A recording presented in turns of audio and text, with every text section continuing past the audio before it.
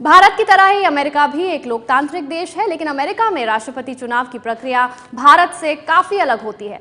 आइए जानते हैं कि अमेरिका में कैसे होता है राष्ट्रपति का चुनाव। अमेरिका में हर 4 साल बाद राष्ट्रपति चुनाव होता है, जिसमें 18 साल से ज्यादा उम्र के सभी अमेरिकी नागरिक वोट डालते हैं। ये वोट ही तय करते हैं कि अमेरिका का अगला राष्ट्रपति कौन होगा।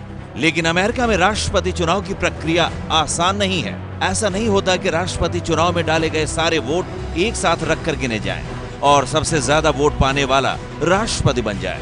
दरअसल नए राष्ट्रपति का फैसला चुनाव राज्यों में आधार पर होता है। इसे ध्यान से समझिए। मतदान के लिए हर वोटर राष्ट्रपति और उनके सहयोगी उपराष्ट्रपति के पैनल के लिए वोट डालता है। राष्ट्रपति उपराष्ट्रपति की सभी जोड़ियों में से हर वोटर को अपनी एक पसंद बतानी होती है। मतदान के बाद हर राज्य में डाले गए वोटों की गिनती होती है। जिस राज्य में जिस उम्मीदवार को सबसे ज्यादा वोट मिलते हैं, उसे उस राज्य का समर्थन हासिल हो जाता है। हर राज्य में यही प्रक्रिया दोहराई जाती है जब तक कि सभी 50 राज्य और कोलंबिया जिले के समर्थन का फैसला न हो जाए। लेकिन नए राष्ट्रपति का चुनाव सिर्फ ये गिनकर नहीं हो सकता कि किस उम्मीदवार को ज्यादा राज्यों का समर्थन हासिल है, क्योंकि अलग अलग राज्यों में आबादी का भारी अंतर है। मिसाल के तौर पर कैलिफोर्निया में 3 करोड़ 60 लाख मतदाता है, जबकि कैंसस में 30 लाख से भी कम।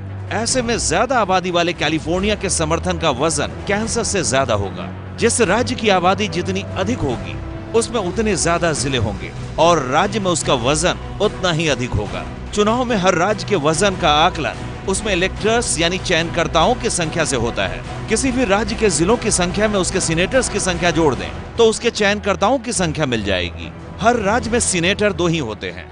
मिसाल के तौर पर नॉर्थ कैरोलिना में 13 जिले हैं, इसलिए वहां 15 चयनकर्ता होते हैं, जबकि कैलिफोर्निया में 53 जिले और 55 चयनकर्ता होते हैं।